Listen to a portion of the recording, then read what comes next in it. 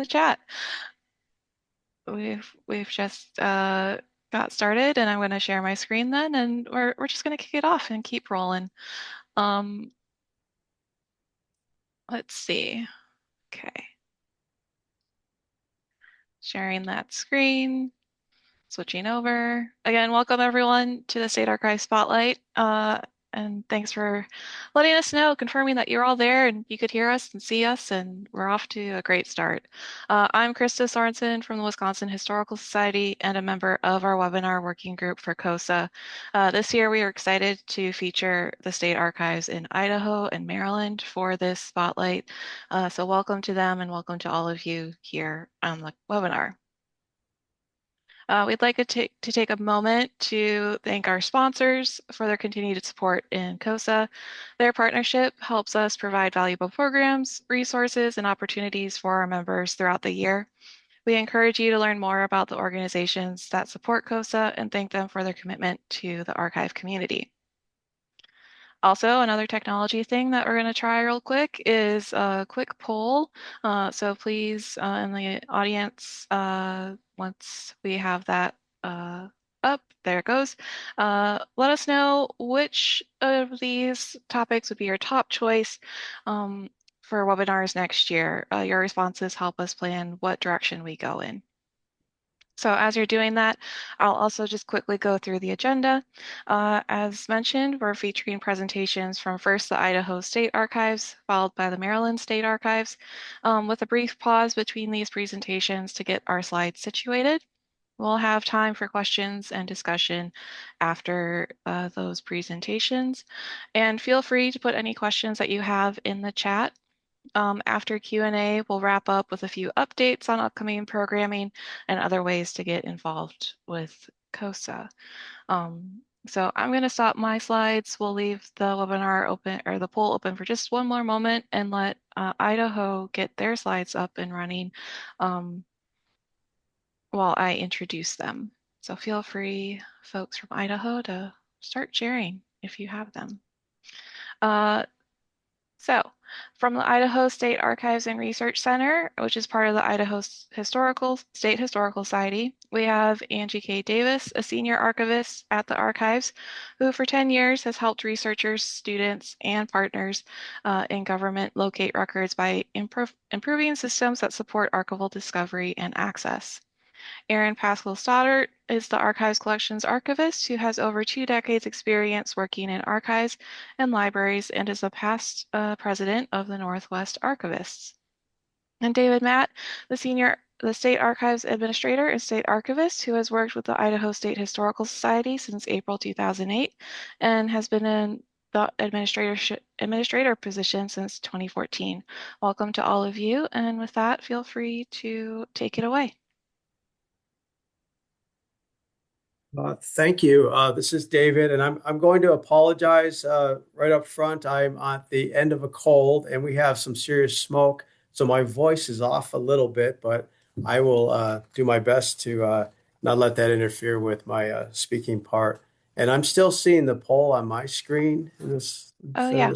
So you can't see the slides. It says I'm sharing. Yeah. Here, do you want me to go ahead and end the poll? Yes, please. Okay. Yeah, there we go. Thank you so much. You're welcome. Now, can you see the slides? Yes, thank you. Okay, great. That's great. Well, I'm going to speak first before my colleagues, just a brief overview of the agency and how we sort of live underneath the Idaho State Historical Society, and just an overview of our sort of staffing and some of the authority that we have to do what we do here. So a pleasure to talk about the archives with everybody this afternoon. The Idaho State Historical Society is what they call an executive level agency.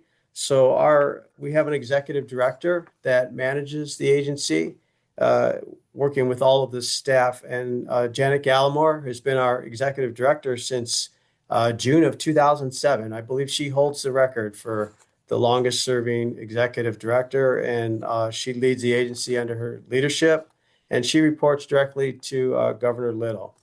Under the executive director, she has an administrative team that is On the second floor above where we're all sitting here at the State Archives. And that team comprises, you have a fiscal department, human resources, communication membership, the state historian, and there's an operations manager and a management assistant. They all work with our director and with us on the work that we do. In terms of the size of the agency, in terms of departments, we have three departments, four if you counted admin, but we have the State Museum, the State Archives, and the old Idaho Penitentiary, which is just down the road from where we are sitting.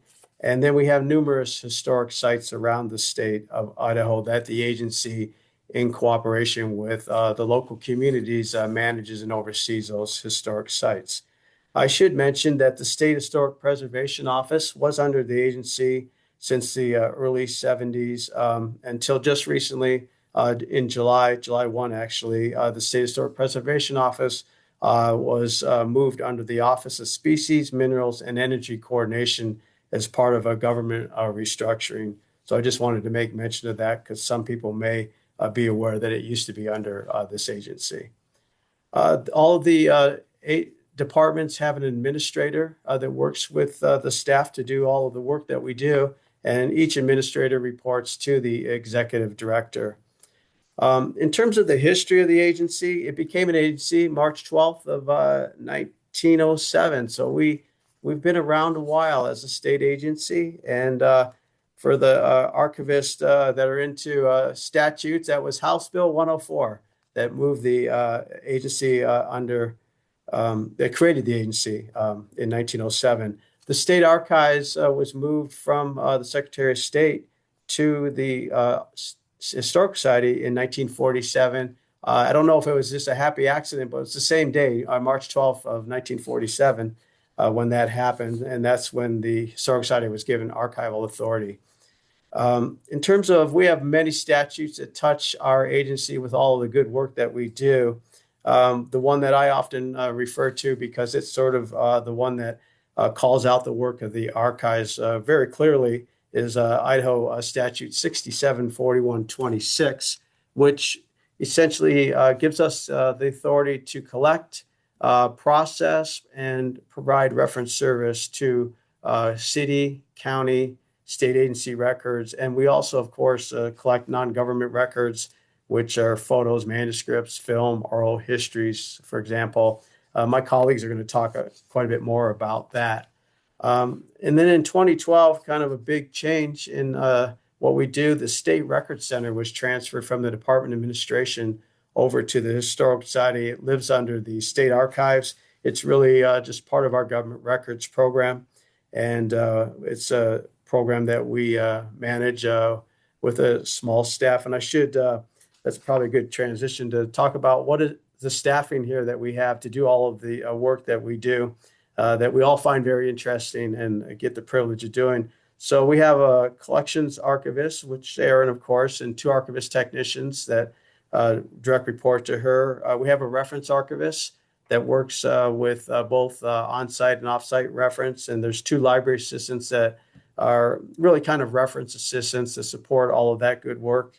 Angie is our senior archivist and has one of her direct reports is what we call an archives record specialist. And that's a staff that supports both the record center operation and the state archives and does a lot of great work on both fronts there. And then we have a state records manager and a technical records specialist dedicated to solely the record center operations. And then, as we said at the front end, I'm the state archives administrator and I serve as the state archivist. I should segue into the building.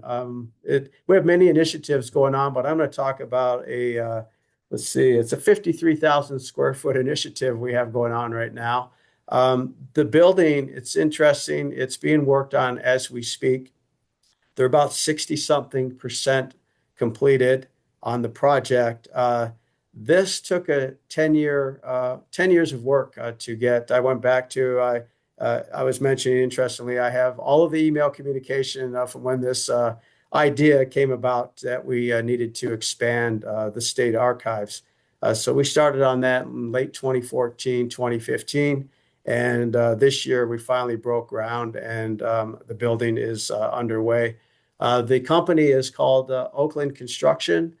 They do a lot of work in the West.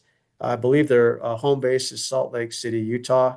And Hutchinson Smith Architects, a prominent architectural firm here in Boise, Idaho, are the design architects on this. They have partnered with us on a number of projects over the years. This is a $21 million project. 6 million of that is for compact mobile shelving. The rest is for the actual building of the structure. It's going to be an interesting facility in that it's going to house all of the collections that are under the management of the State Museum, the artifactual collections, and then the State Record Center is moving from an off-site location over to here. So we'll be moving 33,000 boxes of state records over to the new facility sometime in the first quarter of the year. Someone was asking me how long that'll take, and the truthful answer is we don't know exactly because we've never moved 33,000 boxes. We may have moved 33,000 boxes in the course of our time working here, but not at one time. So it's going to be an interesting undertaking for the staff, and we're going to use what's called correctional industries. It's a service that under the Department of Corrections they provide where they have work for people who are incarcerated, who are actually soon to be released, and it's an opportunity for them to develop some work skills and help out with some work that's needed. So I call it a win-win program, and we're going to use them to help move the Record Center over to our new location in the first of the year. The Record Center is going to be located on the second floor of this building, and for us, it's going to be there's so many efficiencies, some that we think about, and probably many we don't know that are going to come out of this change. One of the big things for us is the old record center is like many old record centers. It has a variety of shelving in there, so the box configuration varies depending on what shelving unit, and sometimes you have to move 6 boxes just to get to the box you're pulling for a records request. Our new system is going to be much more efficient. One of the things we pushed for was to make sure that our compact mobile shelving is only one deep, which, when you have a small staff, you need to think of any way you can to reduce the workload. And that's going to, I think, help tremendously with, they'll only pull the box of the one that's actually being requested that day. So I think that's going to help quite a bit. And we have a very secure area within a very large vault that only a certain staff will be having access to because of the nature of the type of records that we have at the Record Center. I did some math on it. We're looking at about 35 semis that it'll take loads to move that Record Center over. So it's a big undertaking, but we're really excited about it to bring it'll allow us to bring our team over here completely. The Record Center staff work part of the day off-site, and then they work over here as well. So there's going to be a lot of efficiencies in their work, and just having them over in the building and being able to be here all the time and not part of the time is going to just be a real improvement for us. So there's a nice aerial shot they've been taking. They've been using a drone and shooting photos of the project every 2 weeks. And so I see we have a nice bottom one there of an aerial that they recently did. And it's really impressive. We've had a few hard hat tours and we go in there. It's amazing the work they're doing and what the facility is going to be to, be able to store these collections that we all have the responsibility and the privilege now as we're working here to care for Idaho's history. So we appreciate all of the work that our director did over a 10-year period to, get the funding and support for this building to happen. So I'll stop there, and that's my part of the presentation. I appreciate the opportunity to talk about that.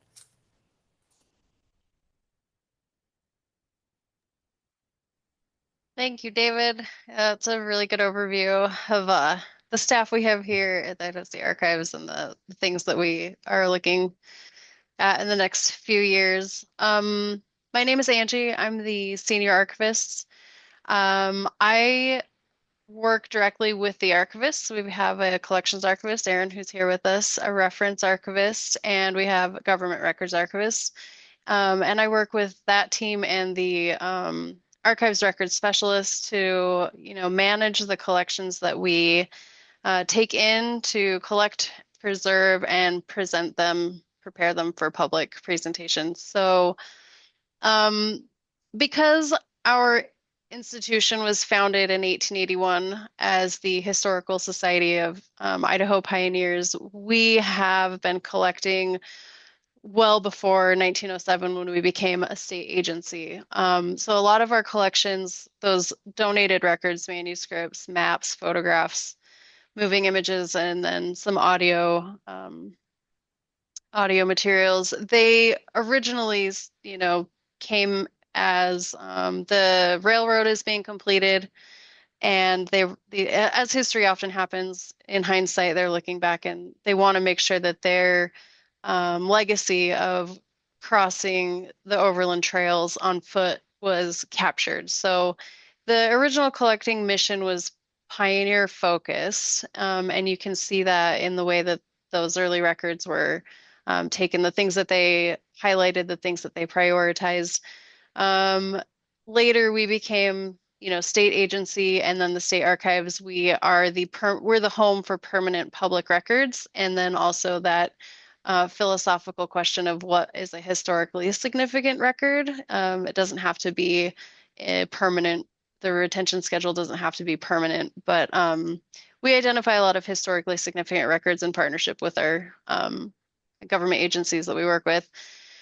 And then we also actively collect newspapers and put them to microfilm, and we've been doing that since the late 1960s. And without those newspaper to microfilm collections, many of our digital newspaper collections wouldn't exist. Our Chronicling America project we participated in, we sourced all of those newspapers from our physical papers and the folks that used to take individual pictures with the camera. We collect books, of course, primary, secondary. We inherited a genealogical collection from the State Genealogy Library. And also we have a nice collection of state documents. So these are publications that are produced by different government agencies, going back to 1890, and some of that actually back to the territorial period to 1863. So we are a really great access point for those agencies who are looking at their own history. We deal with the legislators. We deal with the Capitol during the legislative session when they're having to provide the history of these different programs. But that is so, as part of the outreach and collections part of my job internally, I work with our archivists to do the work that we do. One of the biggest challenges is, and probably many of you feel this, is reconciling the different ways that those generations of professionals and librarians and historians have collected, described, arranged the collections. So those methods, they're not always the same. And as 21st century archivists and library science folks, we're doing the job of reconciling those record types, and we're making them available for the first time in online catalogs, which is just such a heroic lift. And it's very fun to be a part of that. We are right now just moving into our first steps into the digital records territory. So we are working on building programs for ingesting digital records, for storing our digital masters, for the masters that we have digitized from physical, and also providing access in a seamless front to end capacity. So that is all very exciting. And we've got such a good team of, they've got the big brain energy and a lot of creative ideas in how to put this thing together. So externally, I work with, I help host visitors to the archives. So we have a lot of group visits that range from, public library staff members who want to know more about what we have, to homeschool charter schools, public school students. We have university classes come in every single semester to show the kids how to do this, how to work in the archives, which I wish I had taken when I was there, but I made it. And then we also have a lot of visitors from our partners in government. So we host the Secretary of State's office, we host the governors, we host senators, and we have hosted the Supreme Court justices on a number of occasions. Because we have those founding documents here. We have some territorial documents, we have the state constitution. So we often get a little fancy with our partners in government and put on, the show that they like to see, the thing that empowers their offices to act. But I also host, and one of my favorite parts of my job is hosting with public exhibition spaces. So we have two public exhibits. We have the Abraham Lincoln Legacy, and then we have a temporary rotating space where we're able to show and feature parts of our collection. Like recently, we acquired the Hummel Architectural Firm's collection of more than 4,000 plans. The Hummel firm was once Turtelot and Hummel, which is an extremely well-known. They built the Capitol building in 1905 and the wings in 1912, and we started with those Capitol plans, and then we moved into acquiring the whole selection. So we had a great exhibit, and we hosted that firm. They came down with some fancy cheese and a couple of drinks, and that was a lot of fun. So we also do commemorative and celebratory events, and those are always fun, 2 to 3 per year. But right now, one of the things that we've moved into, I don't know if you're familiar with the Radioactive Exposure Compensation Act. We call it RECA. It's the Idaho Downwinders. In July of 2025, the BBB allowed for $100,000 of compensation for anybody who lived in Idaho between 1951 and 1962, and also had varying types of cancer, maybe one, maybe multiple, because of the downwind from the nuclear test site in Nevada. And what has happened is we've discovered that our collection of donated city directories and phone books is one of the best ways to prove that somebody lived in Idaho 70 years ago. And so, as you can believe, I'm sure you're not surprised to find that we have thousands of people who have been requesting this proof of residency. And our job has really shifted from what we used to do and what we call the before times to right now just working with these thousands of requests to provide proof of residency. And it's just one of those really satisfying ways. Thanks to our organization and people out there, who recognize these things as historically significant, we're able to help prove and get these folks some compensation for their troubles. It's a lot of emotional labor, and it's a high volume, but again, it's very satisfying. And that's just one part of making things available. But we have Erin Stoddard, our collections archivist, who is going to highlight some of the work she's done recently with a large collection acquisition. Thanks, Angie. So just real quickly, we thought we'd talk about one of our recent donated collections. So this example is Dirk Kempthorne, and Senator Kempthorne was a prominent Idaho politician who held both elected and appointed positions at the local, state, and national level, including as a cabinet secretary under President George W. Bush. What makes this collection kind of interesting was that it was originally sent to the University of Idaho when he left office. It had kind of a restrictive donor agreement attached to it at the beginning, and it sat there untouched per the agreement for about 25 years.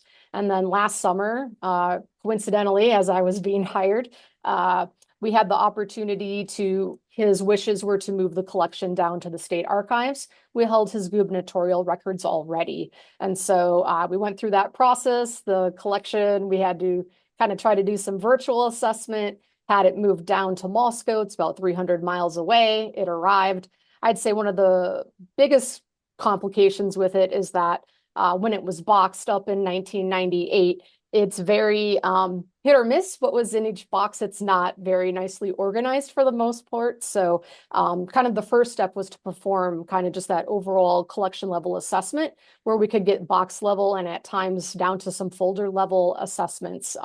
What's in here exactly? You know, what's the condition of the materials? What types of formats are we dealing with? And is there any original order that we can make from that? So a team of 3 of us have been processing that in addition to what Angie and David were already talking about. And we have made good progress. We have finished kind of that top level assessment, and actually it came in really handy because very sadly, Senator Kempthorne did pass away in April of this year. But we had that assessment done so that we could respond very quickly to both our governor's office and media requests for what you can imagine, photographs, information about his life that we were able to contribute both to his Lion in State ceremony at the Idaho State Capitol, as well as kind of preparing for a documentary that's coming up. And so the good news is that we have been able to continue to make some progress here, and we have a processing plan that incorporates both kind of an MP-LP approach, but also some more detailed series. We know that this is going to be a very well-used collection, and so we're just trying to, you know, anticipate all of our different user needs as we go through and process this. So this collection will likely be accessible to the public next year in 2027. And I think it's a good example of how it really complements both our government records as well as other donated collections that we have here at the Idaho State Archives. So I'll just stop there because I know we're pretty close to time. But thank you so much for the opportunity to present. Thanks, Aaron and Angie.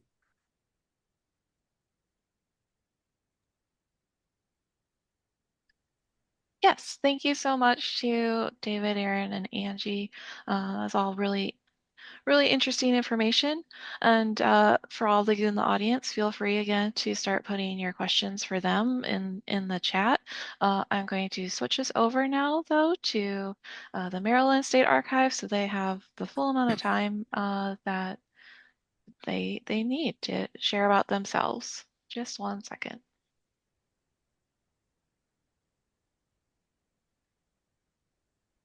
Okay, and as just brief introductions, our next group of presenters include Corey Lewis, who joined the Maryland State Archives in 1999 and was appointed Assistant State Archivist in 2022, becoming the agency's first executive leader of color. In his current role, he provides executive leadership for the appraisal and description, constituent and interagency services, and digital acquisition, processing, and publication departments. And Emily Olin Squires joined the Maryland State Archives in 1995 as a graduate student intern and became the agency's first research archivist in 1997. She has served as the Director of Research, Education, Outreach, and Reference Services departments for the archives, and as also appointed the Assistant State Archivist in 2022, currently holding responsibilities for those areas as well as special collections, conservation, library, and government reports and publication divisions. So it looks like we're all set, and on to you, Emily and Corey. Thank you so much for having us. Could we go to the first slide, please? Thank you. The Maryland State Archives is an independent state agency within the executive branch. We were created by a 1935 Act of the General Assembly, our state legislative body, with a mandate to collect, preserve, and make accessible permanent government records. What you see now is a view of our main building and our public location, which is in Annapolis, Maryland, the state capital. We have been in this building for 40 years, with the public search room opening in August of 1986, so we were almost up on our anniversary. This is a state-owned building that we pay rent to occupy. Next slide, please. Here we have a view inside of our Annapolis building overlooking aspects of our public search room. We are open to the public Tuesday through Friday and the first Saturday, resulting in 136 public in-person access hours every month. Guests in the search room can view original records. They can use our non-lending library. They can use our computer workstations to access our electronic archives. And they also have access to printers to make free hard copies, a photography stand and a self-service scanning workstation.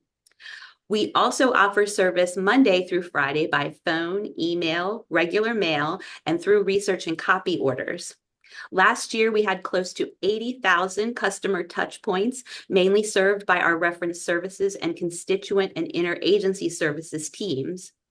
We have a staff of 64 full-time employees across all departments in the entire agency, which also includes appraisal and description, digital acquisition, processing, and publication, our conservation lab, information technology, research, education, and outreach, Artistic Properties Commission, and the Maryland Manual. Additionally, we have 10 temporary contractual employees primarily working on paid projects that you'll hear a little bit about later. Next slide, please. In addition to our public search room and staff offices in Annapolis, we also have 4 floors and over 160,000 cubic feet of record storage, which is managed by our appraisal and description staff. This team handles space management in both of our facilities, as well as record transfers and manages the retention and disposal certificate process for state, county, and municipal agencies. They are also responsible for our guided government records, which is our in-house catalog and finding aids for our government collections. The appraisal staff also work in tandem with the Department of General Services Record Management Division, who are responsible for non-permanent records of Maryland. As state agencies are rapidly transitioning from paper to electronic records, the archives recognize the critical need for guidance to ensure that digital records are securely managed, remain accessible throughout their life cycle, and are either properly archived or appropriately destroyed.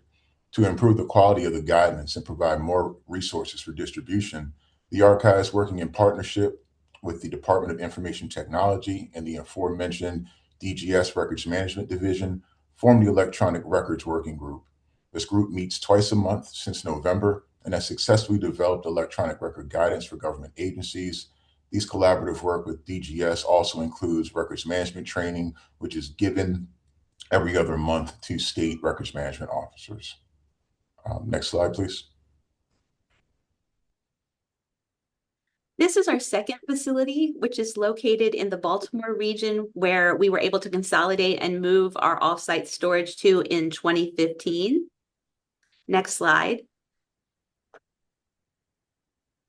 Thank you.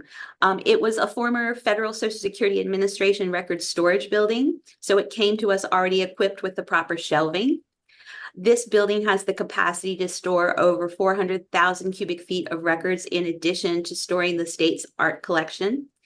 We anticipate having at least 16 years of physical storage remaining at this location. We were able to lease to own this facility with support from the Maryland Economic Development Corporation.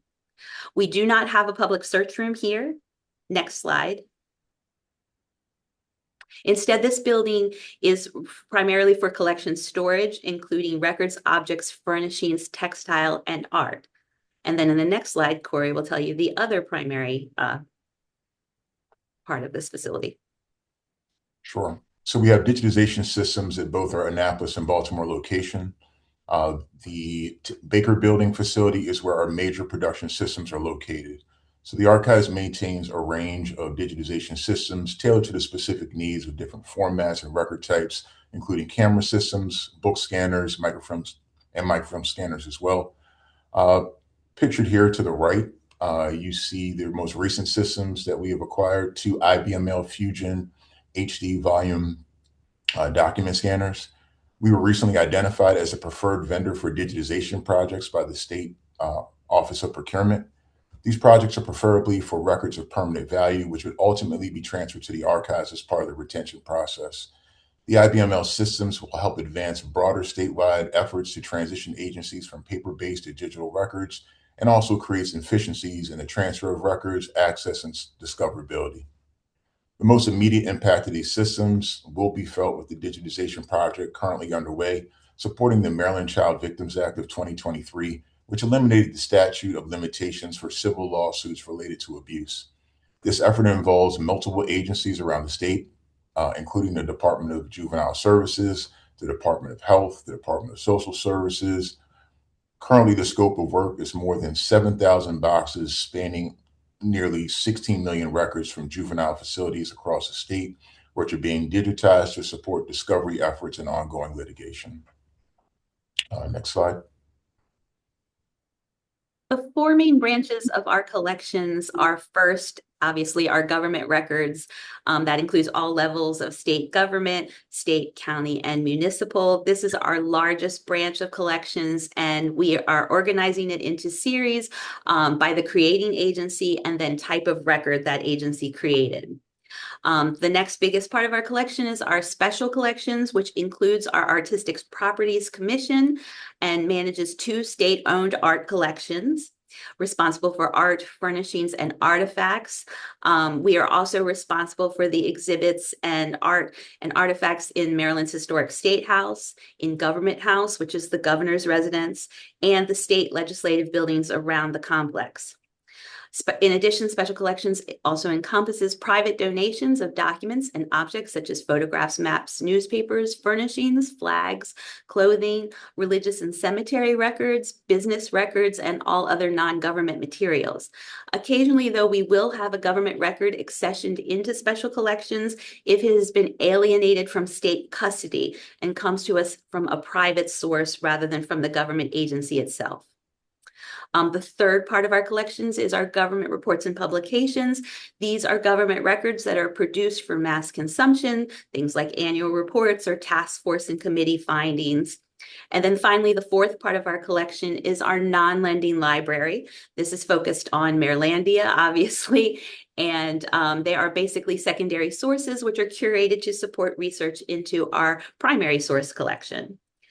These collections are all able to be served in person in our public search room in Annapolis, and we have a courier service between the buildings.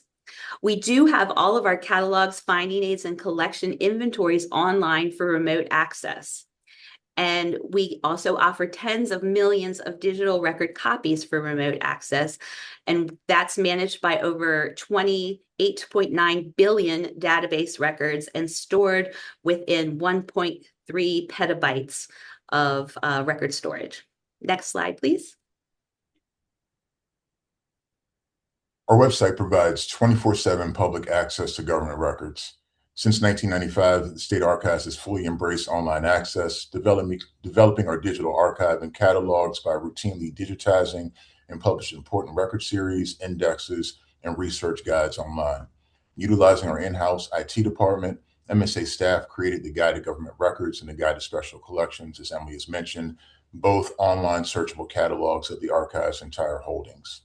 Through our Guide to Government Records, combined with our land records and Plats.net websites, we now offer access to over 360 million images online, totaling more than 190 terabytes of data, exclusive of redundant backups.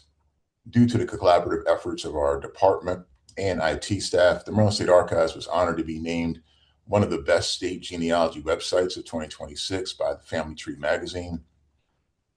A primary focus, however, for our IT department in 2025 and 2026 was preparing our agency to meet ADA Title II web content accessibility compliance standards. Although the deadline has been extended to April 2027, this has involved significant work as we manage over 64 websites, all of which have either been remediated or identified and designated as archival sites that will remain static post-deadline. Our primary remaining challenge is ensuring that newly created content, particularly high volume land record legal documents we receive daily from county circuit courts, is accessible. Many of these documents, when we receive them, currently lack the proper tagging and alternative text. To address this issue, the State Archives has partnered with the Maryland Judicial Information System team to implement mandatory tagging at the point of creation. This strategy will help reduce the need for post-ingestion remediation and create long-term efficiencies for the state. Additionally, we have identified a vendor to remediate all incoming land records that currently lack the required tagging and alt text. Finally, our appraisal staff has expanded records guidance and training to incorporate accessibility standards, ensuring that all permanent records transferred to the archives include the necessary descriptive elements at the point of creation. Next slide. While we have touched on several of our major initiatives, we would like to highlight our Maryland Land Records program, which has been an ongoing project for 20 years. The Maryland Land Record site provides online access to land record instruments and related indices recorded and verified by the Circuit Court in each of Maryland's 24 jurisdictions. Developed in 2024 through a partnership between the Archives, the Maryland Judiciary, and county clerks, the MD Land Rec site offers a comprehensive digital repository of land records. This system consists of two primary components: an electronic index and a collection of digital images.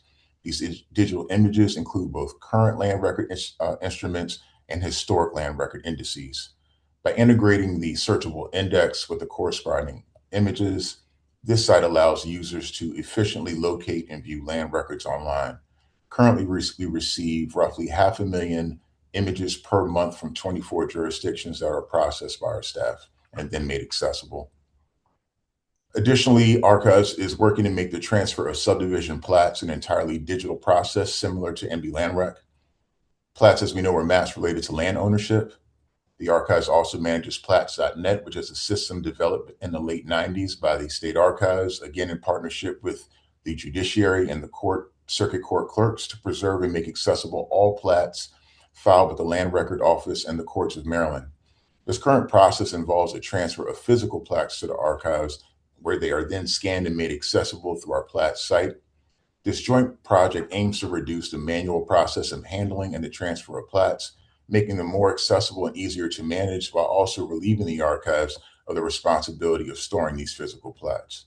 We currently are excited about this new pilot. We currently have 2 counties ready to start this transition in the coming weeks. Next slide. 2 additional challenges that we would like to highlight both relate to records access, but in different ways. The first is regarding artificial intelligence. While there's been a fair amount of discussion in our field about how archivists might use AI to help with handwriting and audio transcription, creation of inventories or collection summaries, there's been less focus on protecting ourselves and our collections from AI. By this, we mean the Maryland State Archives has experienced AI-generated coding set to harvest images in bulk from our online access. This process eats into our bandwidth and can threaten to bring online access down for both public and staff. It also alienates collections from our custody, which we will expand upon in a moment. We also have had a steep rise in reference requests generated through AI large language models, which gives the patron wrong information about our holdings and sometimes even provides an image of a false, non-existent document. While the staff is very, very well versed in providing education and training for using our collections, these AI-assisted requests often put staff and the public in adversarial communications, where the public believes that we are hiding information from them. We have seen patrons beginning to believe the computers more than they believe the human archivist. Second, we have seen a rise in Public Information Act or FOIA requests. It is our core mission to not just preserve, but to make materials accessible to the public. And we have simple processes in place to facilitate that access either in person or remotely. The vast majority of our collection is unrestricted. In fact, we are currently working on legislation for the 2027 General Assembly session to expand access to historic records 200 years old and over, which are currently restricted from public inspection by statute. We feel that in almost all cases, a PIA request is unnecessary, as we provide access to materials in our collection gratis or for a very modest fee. But these PIA requests create additional work outside of our normal processes. In addition, the current Maryland PIA law, as written, never contemplated a situation where a single PIA request could be used to request millions of electronic records at virtually no cost to the requester. By providing bulk data such as this, the archives loses the certifying authority over the materials, which can then also be picked up by paid services and put behind paywalls. We also lose the ability to make any required changes to these alienated files when authorized by the creative agency. Simply put, we no longer are the authoritative source. So those are 2 other challenges that we are looking to the future to help solve. Next slide. So while we certainly have many other things that we could share with you, this concludes our formal presentation for today. Thank you very much for inviting us into the spotlight. We have provided our contact information. We would be happy to answer any questions or follow up and or provide additional details if anyone would like to reach out to us. Thank you so much, Corey and Emily, and thanks to all our presenters today. Again, we are now into the Q&A part of the webinar. We have a good amount of time for any questions that the audience might have. So again, feel free to put those in the chat. I'm not seeing any right away, but we'll ask maybe, Aaron, if you could talk a little bit more on that big collection you were processing. You had said that you already had the governor's papers, and these were again his personal papers. And so I was just curious how you are managing that relationship between any ones that you had gotten from state records along with this personal collection that you've now brought into your archive. Yeah, thank you for the question. So the collection that we got was his Senate papers. So it is mostly office files, files from staff, legislative staff who are working on all kinds of pieces in his office. A lot of it is constituent correspondence, both for the state as well as nationally, since Senator Kempthorne did work kind of on a number of high-level things, as well as things like his travel, speeches, press releases. I find the thing interesting about his collection is the time frame. So because he was a senator from 1993 to 98, it's really hovering over, and you can see in the parts of the collection that we've seen so far, like the internet is just starting to really take off. It didn't really come with emails and everything. If anything, it was printed off tons of faxes. And so for me, it's interesting to see, the types of formats that come in with that. The media pieces that tend to come in are more like VHS beta era. As far as kind of the relationship with the gubernatorial records, those would have come in earlier as he was governor. This is more so of his national, but because obviously he represented Idaho, there's so much that pertains to Idaho specifically. And it's great to be able to see what are the initiatives, and through his correspondence with governors and other folks in Idaho, how are those affecting Idahoans? And so to me, it's been a great example of how these collections really talk to each other in a way, and it'll be really interesting to see how that moves forward. Right now, we've just kind of done that high-level assessment, and because we were doing that as a team, we were using Google Sheets to be able to track things using some metadata templates, also some controlled vocabulary is what I would say, so that we have some consistency across multiple people looking through different things at the same time. So then we can do that high-level assessment to see all the different places where press releases exist, or, for example. So a little bit different how it came in. Thank you for the question. Yeah, not a problem. And kudos to all of you for getting that processing done so quickly. I know you said MPLP, but still, it seems like a very ambitious and project, and you seem to be doing really well with that. I appreciate that. Yeah, in the chat, we have gotten some questions from Maryland, and I think they might all be slightly related. We have one that's what company are you using as your third party to remediate your documents? Another one sort of saying the scanned land records you're receiving from local agencies. I think, are they modern records? And could you talk a bit more about your online hosting and how you manage large volume of digital records? So it feels like all in this kind of digital access and management capacity. And I see, Corey, you put in Medici land governance. So if you want to expand on that a bit more, feel free. Yes, so Medici Land Governance, we've worked with for a number of years to another blockchain project for land record access with Baltimore City. They are well versed with land records and the remediation requirements related to web content compliance.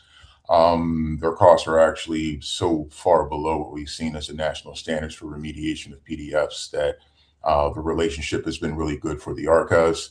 So that is the group. Um, for the records that we were receiving, yes, they are modern records, normally, within a few weeks of filing or days in that case, depending on the county. Our historical records in this site, dating back to the earliest land records in the county, were all digitized and made accessible as part of the first phase of this project, roughly between 2024, when we kind of entered into that agreement. Emily, if you want to touch on anything along the lines of online hosting, I will say that while we do have, again, over 300 million images online, the vast majority are land records. Within our Guide to Government Records, which is our public access for government records, it's roughly around 4 million. We do have some challenges. The guide was developed in 1999, so the system is somewhat antiquated. Our internal IT department has done an amazing job building out capacity, but we are reaching a point where we do have to pivot and look to a new content management system. But with the sheer magnitude of our holdings, it is really challenging right now to identify a system that we can easily migrate into. I would say just after land records, our imaging department has worked really well with our reference services department to prioritize the series to be scanned that are the most used by our patrons and customers. So we've really focused on vital records, birth, death, and marriage, and probate materials, estate files, as some of the highest called for materials in the search room to try to get out there for the public to use. I will say our digitization team has roughly produced anywhere between 1 to 5 million images over the past few years. I do think that, and Emily hopefully would agree, that during the pandemic, we made a really intentional effort to put as many images online because there was social distancing and our offices were closed to the public. So our online content kind of exploded right during that 2020, 2021 timeframe. That makes complete sense. And thanks so much for all your responses. And again, kudos for all that work that you've all been doing too.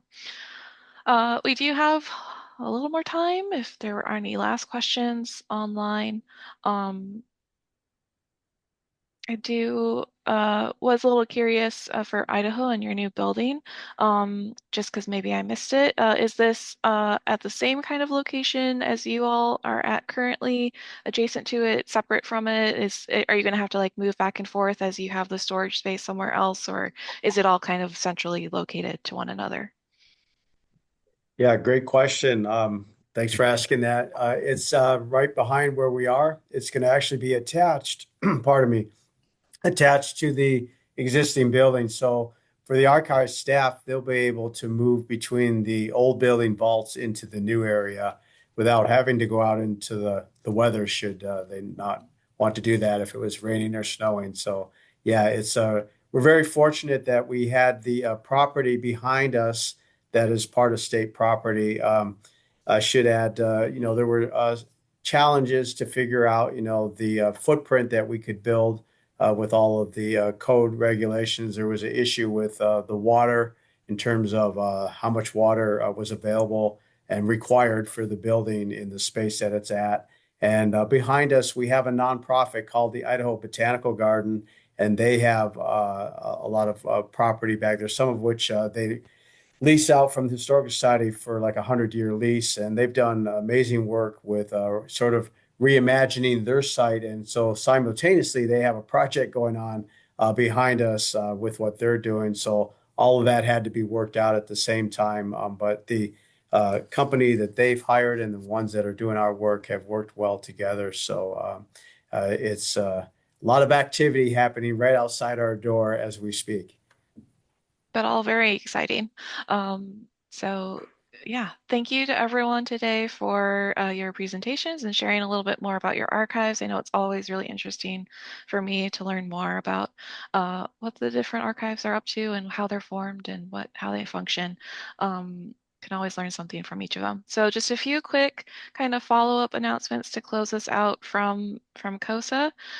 We have several upcoming opportunities to connect with your colleagues over the next few months.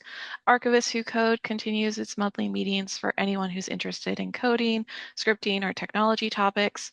The annual business meeting will be held in place of the regular monthly state archivist call, so please plan to attend that. Don't forget that our next Chatting with Colleagues session is on August 12th. We'll be discussing election year records transfers, and the Preservica user group continues to meet monthly for those who want to share ideas, ask questions, or learn from one another. And of course, the annual meeting is coming up soon. If you're looking for another way to connect with colleagues, we have affinity groups. We're especially excited that there are several groups that are either launching or getting underway. This includes ones for appraisal, conservation, preservation, microfilm, and social media. If any of these sound interesting, visit the CoSA website to read the group descriptions and complete a Get Involved with CoSA form to join a group. We're also looking for members interested in serving on CoSA working groups and committees. This includes tools and resources, which will soon begin work on our new resource center, making this a great time to get involved if you're interested in helping shape those resources. And the advocacy committee is also always looking for additional members who want to support CoSA's advocacy efforts. Again, please reach out to Becky if you would like to be involved. And just a quick reminder that registration for the annual meeting is now open and hotel reservations are available. So be sure to make your plans if you haven't already. And we're beginning to collect items for the annual meeting silent auction. So start thinking about something your organization might be able to donate. Your contributions help support CoSA programs and are always appreciated. Last slide here is just a reminder to stay connected. This recording will be online on the CoSA YouTube page. There's always Facebook, the community hubs, and just the general website. So again, thank you once more to all our presenters today. It was a pleasure to have you. And I hope everyone has a great rest of your day. Thank you. Thanks so much. Thank you, everyone. Thank you. Appreciate it. Thanks so much.